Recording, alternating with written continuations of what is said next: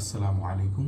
আমি আলফারদিন পড়াশোনা করছি শাহজালাল বিজ্ঞান ও প্রযুক্তি বিশ্ববিদ্যালয়ে কম্পিউটার সায়েন্স এবং ইঞ্জিনিয়ারিং ডিপার্টমেন্টে। আজকে তোমাদের সরলরেখা চ্যাপ্টারে একটা বিশেষ কনসেপ্ট নিয়ে আলোচনা করব, যেটা অনেকেরই প্রবলেম হয়। সেটা হচ্ছে যে কোনো সরলরেখার মধ্যে একটা নির্দিষ্ট বিন্দু দেওয়া থাকে এবং বলা হয় সেই বিন্দু থেকে কোনো নির্দিষ্ট একক দূরত্বে অবস্থিত যে বিন্দু দ্বয় আছে তার স্থানাঙ্ক নির্ণয় করতে বলা হয়। তো এটা ফার্স্টে দেখেই সবাই ভয় পেয়ে যায়।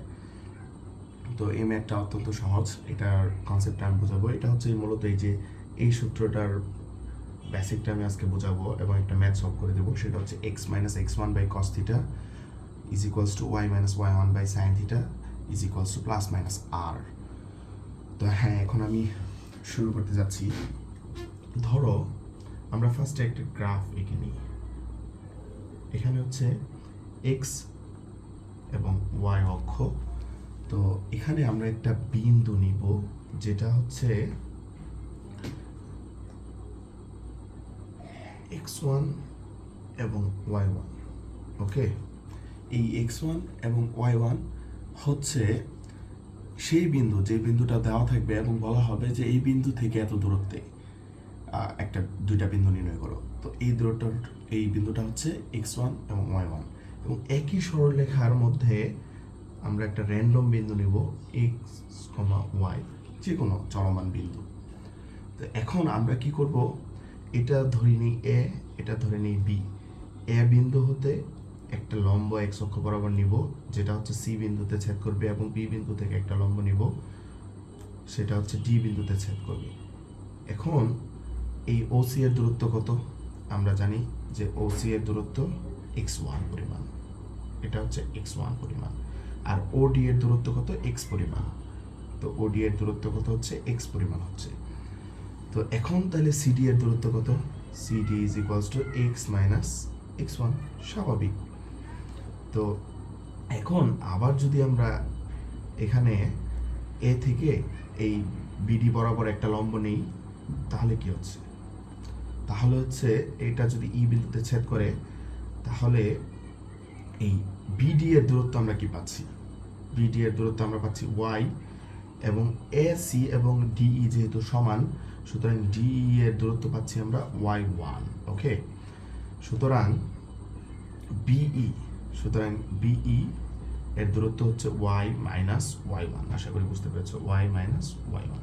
ওকে, এবং এটার দূরত্ব কিন্তু দেওয়া থাকবে নির্দিষ্ট দূরত্বে। ওকে, সুতরাং এটার দূরত্ব আমরা ধরে নিই, নির্দিষ্ট দূরত্বটা হচ্ছে আর একক। তো এখানে আমরা দেখতে পেলাম একটা সমকোণী ত্রিভুজ হয়ে গেছে। এটারে যদি আমরা থিটা ধরি, তাহলে আমরা এখান থেকে কি পাচ্ছি?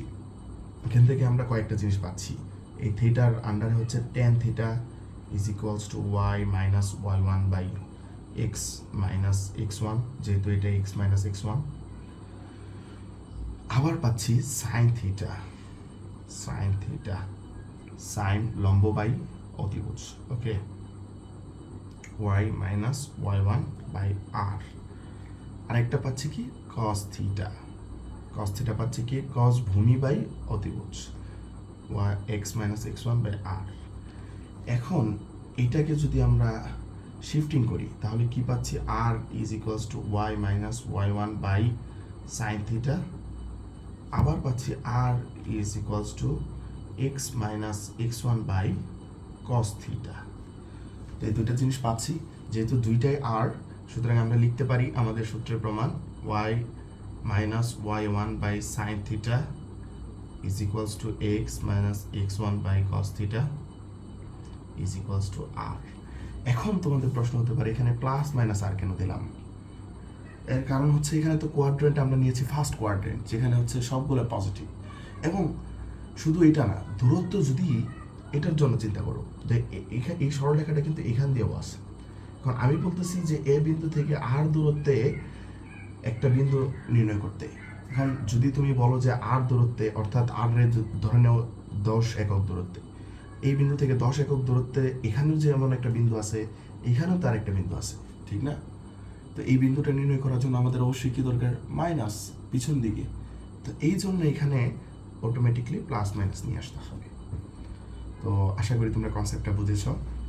এখন এর আন্ডারে যদি আমরা একটা ম্যাথ করতে চাই তখন কি হবে? দেখো ভাইয়ারা, আমরা একটা সহজ ম্যাথ নিয়ে আসছি। একটি সরলরেখার ঢাল হচ্ছে 5/12 এবং -1,1 বিন্দু এই রেখার উপর রস্ত একটা বিন্দু, অর্থাৎ একটা সরলরেখা। যদি আমরা একটা সরলরেখা কল্পনা করি, তো তার ঢাল হচ্ছে 5/12 আর এটার উপরস্থ বিন্দু হচ্ছে -1,1। এই বিন্দু হতে 26 একক দূরে, এই বিন্দু হতে 26 একক দূরে, এইদিকে হতে পারে এইদিকেও হতে পারে, 26 একক দূরে এই রেখার উপরে অবস্থিত দুটি বিন্দু আমাদেরকে নির্ণয় করতে হবে। তো এটার জন্য আমরা যে কনসেপ্টে পড়েছি এতক্ষণ দেখেছি সেটা আমরা ইউজ করব। এখানে আমরা ঢাল পাচ্ছি, অর্থাৎ ঢাল মানে আমরা জানি কি tan থিটা। ওকে, তো আমরা যদি একটা সমকোণী ত্রিভুজ এঁকে নিই, তাহলে তার লম্ব হচ্ছে 5, ভূমি হচ্ছে 12, আর পিথাগোরাসের সূত্র অনুযায়ী আমরা জানি এটা হবে 13। এটা যদি থিটা হয়, তাহলে এখান থেকে আমরা কি পাচ্ছি? সাইন থিটার ভ্যালু পাচ্ছি আমরা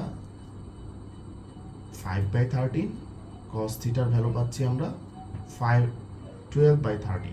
ওকে, দুইটা ভ্যালু যখন আমরা পেয়ে গেছি, আর x1 এবং y1 এর ভ্যালু যখন আমাদের দেওয়া আছে, তখন কি আমাদের x আর y এর ভ্যালু নির্ণয় করতে খুব কষ্ট হবে?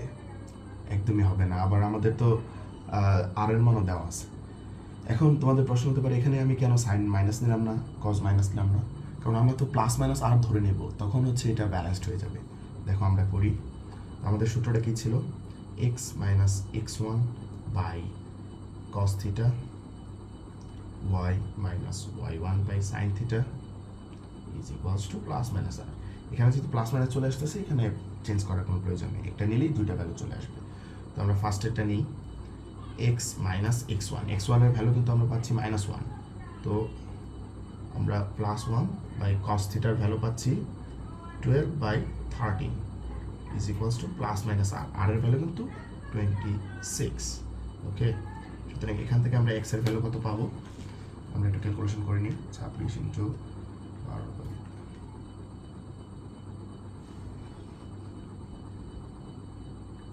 24 - 1। তো এখান থেকে x এর আমরা দুইটা ভ্যালু পাবো, প্লাস নিলে পাবো 23 আর মাইনাস নিলে পাবো 25। সিমিলারলি আমরা y এর ক্ষেত্রে কি পাবো?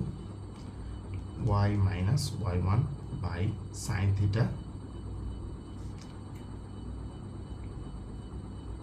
Is equal to plus minus R. তো এখান থেকে আমরা কি পাচ্ছি? y - y1 এর ভ্যালু কত? এখানে 1, সুতরাং 1। সাইন থিটার ভ্যালু কত পাচ্ছি? 5/13 plus minus 26।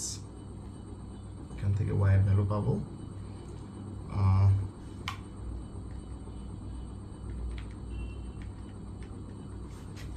Plus minus 10 plus 1।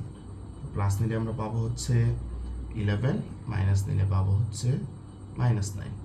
সুতরাং আমাদের বিন্দু দুইটা আমরা কি পাচ্ছি? 23,11 এবং -25, -9। তো আশা করি তোমরা এই ম্যাথটা বুঝতে পেরেছো। অত্যন্ত সহজ একটা ম্যাথ, সহজ একটা কনসেপ্ট, কিন্তু আমাদের ফার্স্টে যখন আমরা এই কনসেপ্টগুলো দেখি তখন আমাদের কাছে নতুন লাগে এবং ভয় পাই। সুতরাং এখন থেকে আর ভয় পাওয়ার কোনো সুযোগ নেই। তো তোমাদের এই রিলেটেড কোনো প্রবলেম থাকলে আমাকে অবশ্যই ইমেল করতে পারো অথবা আমাকে মেসেজ দেবে। ধন্যবাদ।